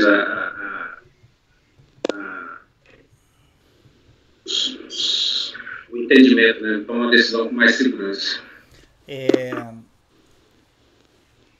Rafael, como você vota na diligência? Eu voto contra a diligência. A Remes ia votar contra a diligência, porque foi proposta? Não, quando é proposta, a gente tem que votar a diligência. Você concorda? Não, sim, mas a Remes votou de mim, não teria que votar sobre a diligência. É verdade. Renata, você contra a diligência? Não, eu rechaço veementemente a diligência, acho que ela é ilegal, ela está fora do prazo, o auditor tinha o prazo dele para fazer o lançamento, e ele não tinha mais prazo para fazer as diligências que ele tinha para fazer para lançar. Tanto que o lançamento foi tão mal feito porque não tinha prazo. Ele deu 5 dias para o cara apresentar e esclarecer, porque ele não tinha mais prazo. Ele fez as diligências que ele conseguiu dentro do prazo que ele tinha. Não concordo. Isso é consertar um lançamento mal feito. Discordo absolutamente veementemente. Nunca, jamais, é legal, é indevido, está fora do procedimento. Rechaço veementemente. Perfeito. Renata diverge. Rafael, como você vota? Diverge também? Diverge. Márcio.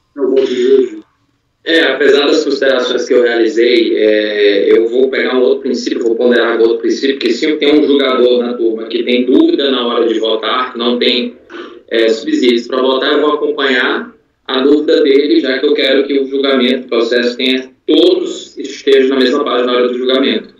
Então, eu vou acompanhar a diligência, mas fazendo aquelas etapas que eu fiz no início. Nós não temos por praxe baixar julgamento em diligência para suprimir o ônus da prova. E o ônus desse caso, fato constitutivo, é da autoridade fiscalizadora. Por mais que ela tenha apontado que existem notas fiscais, caberia a elas ter intimado o contribuinte a apresentá-las. Caberia ela ter apresentado à Secretaria de Fazenda no momento oportuno, embora sejam documentos públicos que podem ser acessíveis a qualquer momento. Ok. Ana, como você vota em relação à diligência? Eu rejeito a diligência.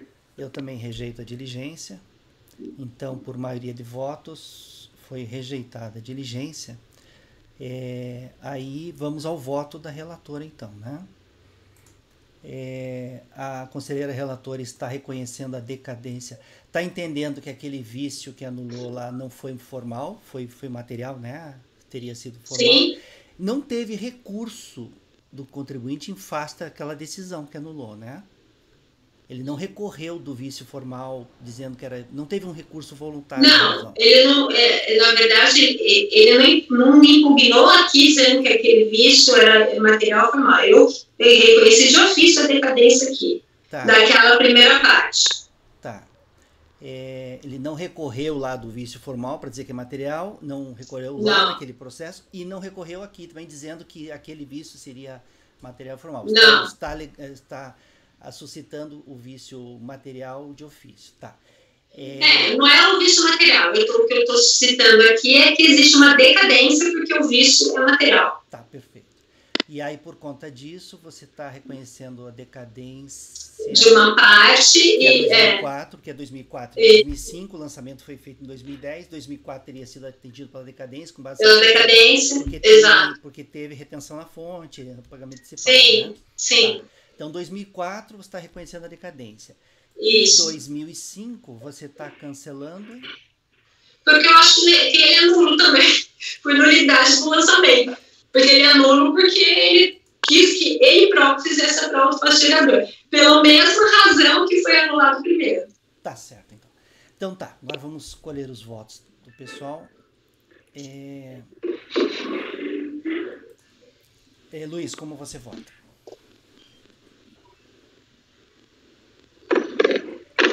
Eu vou pedir deixa. Eu vou dar uma olhada nos votos. Tá. Então, item 153 da pauta, vista. Colegas, para o item, nós já vamos fazer o intervalo então. Para o item 153 da pauta, do contribuinte Carlos. Peraí, tô no item 7. Sim, 152. O outro é Carlos também. Deixa eu tirar aqui. A minha pauta deu uma mexida aqui, daí saiu do nome.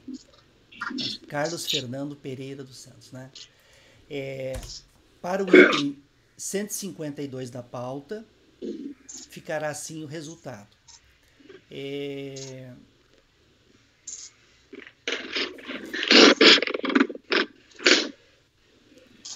Eu não vou mencionar na vista aqui a diligência, né? Acho que não tem por que mencionar aqui agora, né?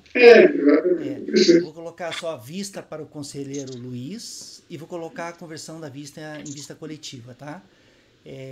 Vista para o conselheiro Luiz sendo convertida em vista coletiva. A relatora apresentou o seu voto, dando provimento ao recurso. É isso, né, Renata? Sim. Dando provimento ao recurso voluntário. Na sequência, houve pedido de vista, os demais conselheiros não votaram. Tá? Essa é a decisão para o item 152 do contribuinte Carlos Fernando Pereira dos Santos. Vista para o conselheiro Luiz sendo convertido em vista coletiva. Ok? Colegas, vamos fazer um intervalo agora. Deixa eu só confirmar o horário aqui. 11h21, passou bastante já o nosso horário. 15 minutos, tá, pessoal? Em 15 minutos vamos retornar. Rafael e Janaína podem encerrar a gravação.